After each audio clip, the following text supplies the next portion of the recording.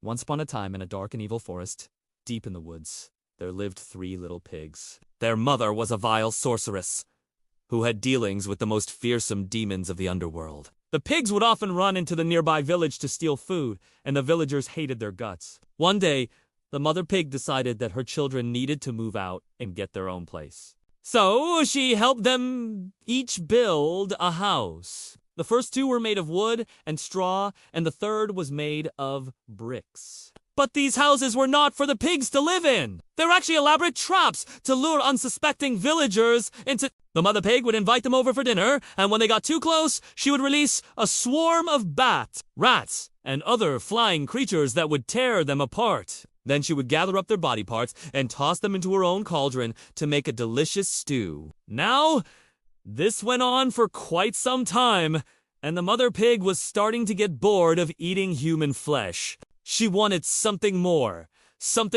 challenging, something more, well, demonic. So she cast a spell on the forest, causing it to be shrouded in an eternal fog. This way, no one could enter or leave the woods. Then she waited. It didn't take long for the villagers to start panicking. They had no idea what was out there in the fog, but they knew that whatever it was evil. So they started making offerings to the mother pig, leaving baskets of fruit and vegetables at the edge of the forest. But this, too, the mother pig grew tired of. She wanted something more precious, something more like. Just then, she heard a knock at the door. It was a young girl who had wandered into the woods. She looked around in awe at the strange brick house. And when she saw the mother pig, she asked if she could come in for some tea.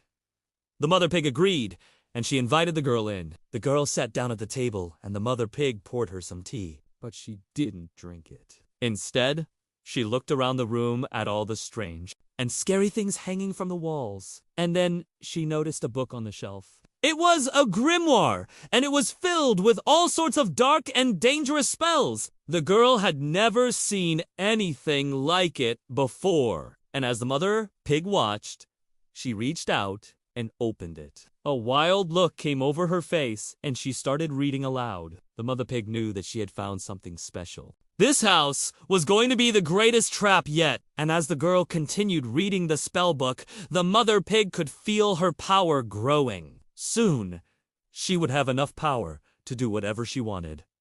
And she knew exactly what she wanted. She wanted to devour the soul of the innocent girl before her.